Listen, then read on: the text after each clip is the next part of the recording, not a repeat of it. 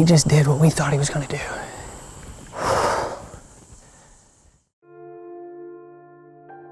Realtree's Midwest Whitetail is brought to you by Cabela's, Cuddyback, America's Best Bowstrings, Drake Non-Typical, Easton Arrows, Frigid Forage, Fuse, Grizzly Coolers, Hoyt, Hoyman Tree Saws, Lone Wolf Tree Stands, Nikon, Ozonics, Redneck Blinds, RTP Outdoors, Spot Hog Releases, Wasp Archery, Viking Solutions, and Realtree.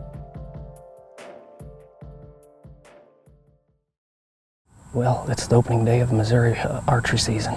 We finally got set up in the stand we call the corner stand. We've been getting several daylight pictures of a buck we call Misfit. He's a 5.5-year-old 8-pointer, where I've had several encounters with him last year and lots of history with him. We came in there after Misfit and he showed up tonight.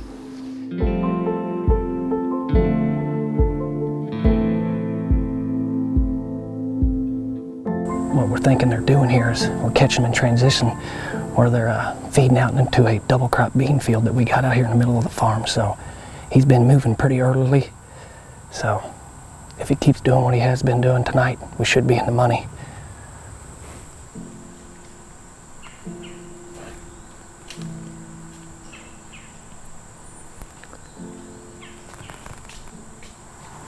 There he is, Tyler. There he is.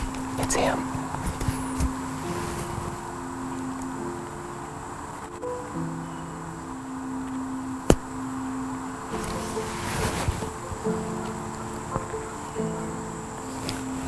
Give me a rangefinder. He's coming right here.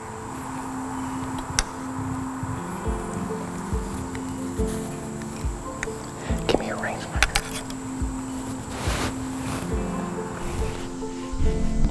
No, it ain't Tyler. He's down here.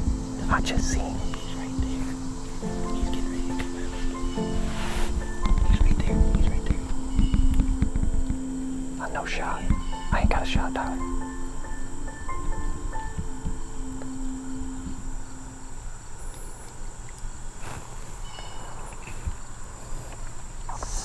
Well, as you can tell, 2018 started where we ended 2017.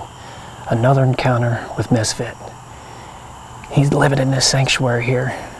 He did exactly what we had thought he was going to do, except he split off the logging road and come out into the bean field with a 46-yard shot, but I couldn't get him stopped. So that's the 8th encounter I've had within 80 yards with him from last year and now. So we're gonna come here in the morning, make a minor adjustment, move the stand 10 yards closer to the field to where we can shoot the bean field, to where they're feeding out in that double crop bean field. I couldn't have asked for my 2018 season to start off any better. It's September the 16th. We just got back up here to the farm. We're going to be hunting the same stand location as we did last night. We come up here today and move the set because we had an encounter with Misfit last night at 46 yards. I couldn't get him stopped, so we moved the stand 10 yards closer to the field edge to where we could shoot the field and shoot where we've been picking him up on the Cuddyback cameras in the corner. It's a little warm tonight, but with us seeing all the activity on the cameras and then seeing him last night, we got to get back in the same location. Hopefully he makes his appearance again tonight.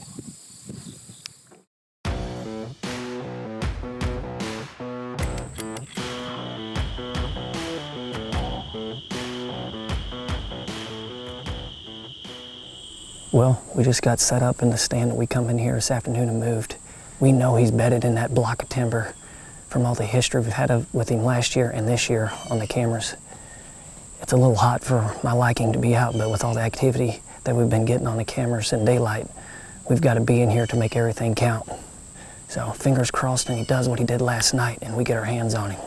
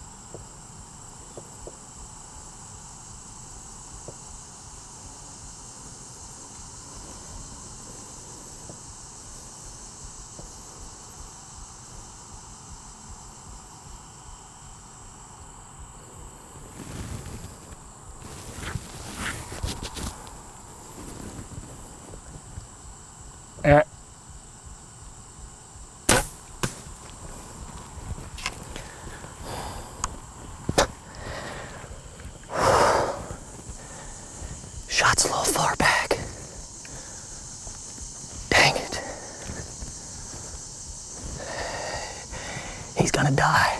There's no doubt about it. We're just gonna have to give him time.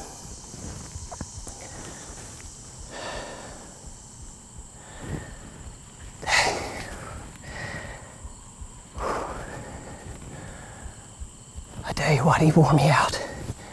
First seen him about 5:40 down there in the woods where we seen him the other night. We're thinking he bedded up in there because I kept seeing movement down there, but I couldn't see him, but I could see the leaves moving. Sure enough, I look over to the left and he's coming up the logging road and he veered off and did the same thing he did last night. It's about a 40-yard shot.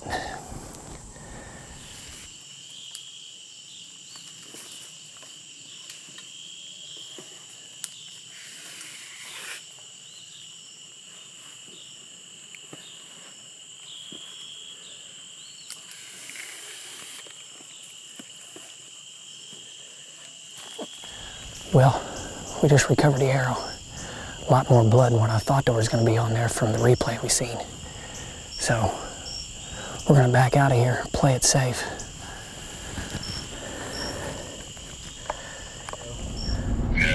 Yeah. I got you. There's a bunch of I'm so pumped for you guys. buckbrush about 3 foot tall that he's in, so it's going to be a tough recovery, no doubt. What was Justin's reaction like? He was a little bit nervous, being it was far back. You know, he wasn't like. He didn't punch a tree like Mitch did. Did he? No. That arrow deflects back. Yeah. Man, something's really coming out the side there. What's that exit look like? Can we slow that down? Oh, right there. There's blood. Oh, that's about 6-8 inches behind the shoulder. He's got to be dead then. Yep. We got in there and got something on that for sure. That has to be what we heard when we recovered the arrow. Yeah. Well, we just got up to the farm from watching the footage. It appears that I hit a little far back, but it was quartering away, and it looks like I got some fatal stuff up front there. So we're going to ease in here. It's about 11 o'clock. We've given him about 4 hours, so it should be good. And we're going to get after it here.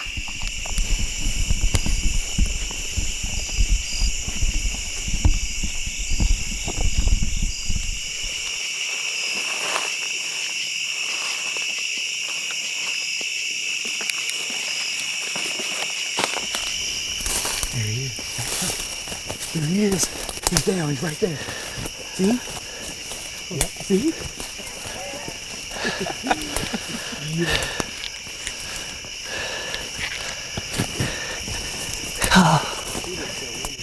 Yes. I couldn't be more happier to start my 2018 season off by wrapping a tag around this 5.5-year-old buck I call Misfit. I had so many encounters with him last year in history with him, especially that one hunt late season last year on the north end of this sanctuary in the food plot where he fought off 2 bucks and then rolled right into 2018 as we started velvet footage of him coming out of this same sanctuary into this same bean field I killed him on tonight. And then with all the history and recent trail pictures of him in this corner, that's why we hunted last night and had an encounter, and tonight. It's extremely hot and 90, I think it was 89 yesterday and 90 today. And sure enough, tonight, I looked down to my left into the timber there, into the sanctuary, and there he was already coming up. And I lost track of him, and from the north there, 2 does was coming down through the woods there and got down one of us a little bit. And true believer, without the ozonics running tonight, this hunt would have never happened because them does got calmed down, fed out into the bean field, and fed on. And then I looked to my left around 6:50, 7 o'clock, and sure enough, here he is. He's coming down the logging road straight for us and takes the same path as he did last night. And that minor adjustment we did today by moving the stand from where I seen him last night and then to tonight, it allowed me to shoot into the field, and he presented me a 40-yard shot. I thought the shot was a little far back, but it turns out it was an excellent hit, and he didn't go far. That Easton did the number on him. He didn't go, I think, 50 yards, and he piled up. Unbelievable deer here.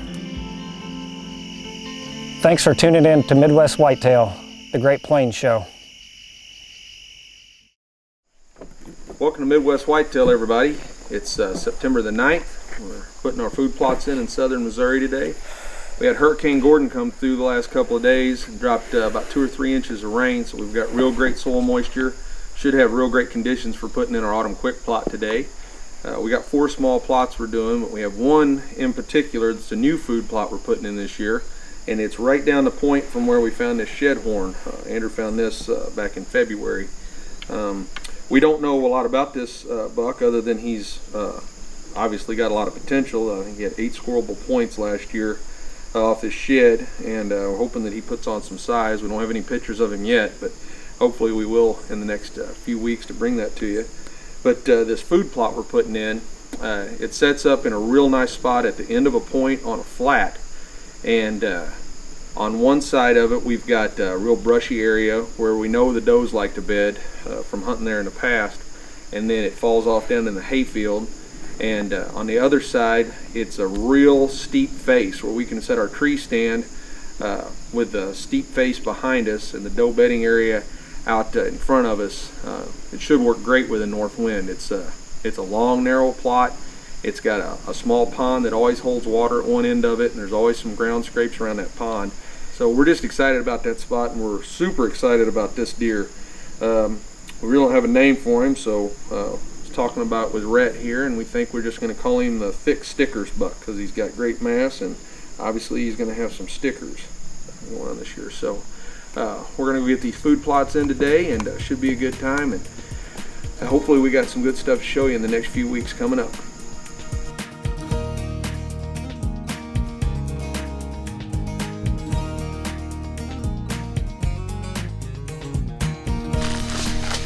That's what we want it to do. Why? Because it gives a good seed bed. That's what we want.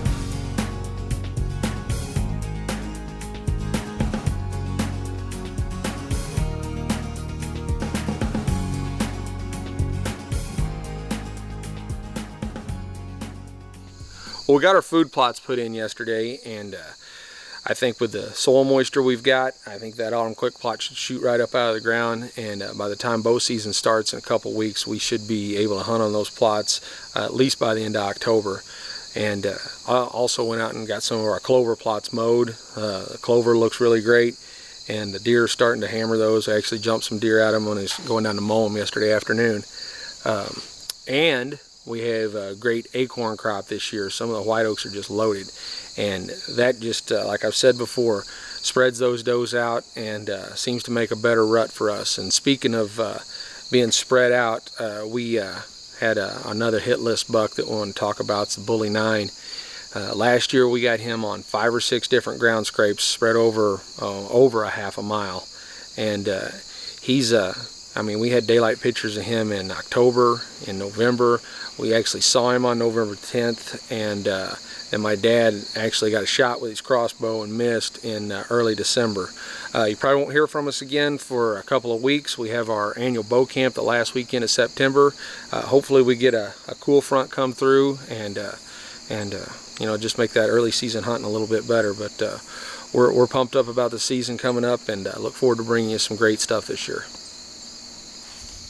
September 15th, opening morning here in Missouri, and it's just gorgeous outside. 65 degrees, nice 10-mile-an-hour breeze. Couldn't ask for anything better. This morning was a pretty good sit. I had a doe come in, get a drink of water, and must have went down the wrong pipe or something because she about hacked up her lung. I know I hate when that happens to me. And then not 10 minutes after that, a young buck came in right to the watering hole as well, so it definitely paid off filling up that water last week, because I don't think I would have seen either of those 2 deer if it hadn't been for that. I'm going to sit for probably half an hour, 45 minutes longer, and I'll be back in the evening. Hopefully I can get a crack at Geronimo or the brow tine buck if they do what those 2 deer did this morning.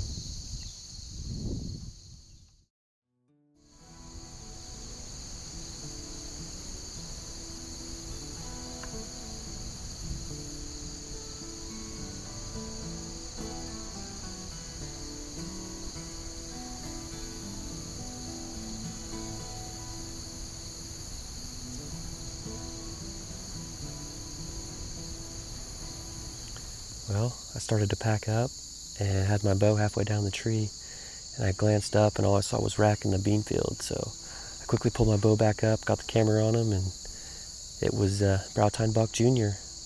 He needs a couple more years, and he will be an absolute giant. So I'm glad to know that seeing that deer didn't have me fooled thinking it was the Brow-Tine buck, because I'd be in for a real disappointment accidentally shooting that buck. It's about 8:30, and I'm gonna try packing up again, so maybe same thing happens and maybe Geronimo's out standing in the field when I get my bow down. That would be pretty awesome, but I don't think luck will strike twice.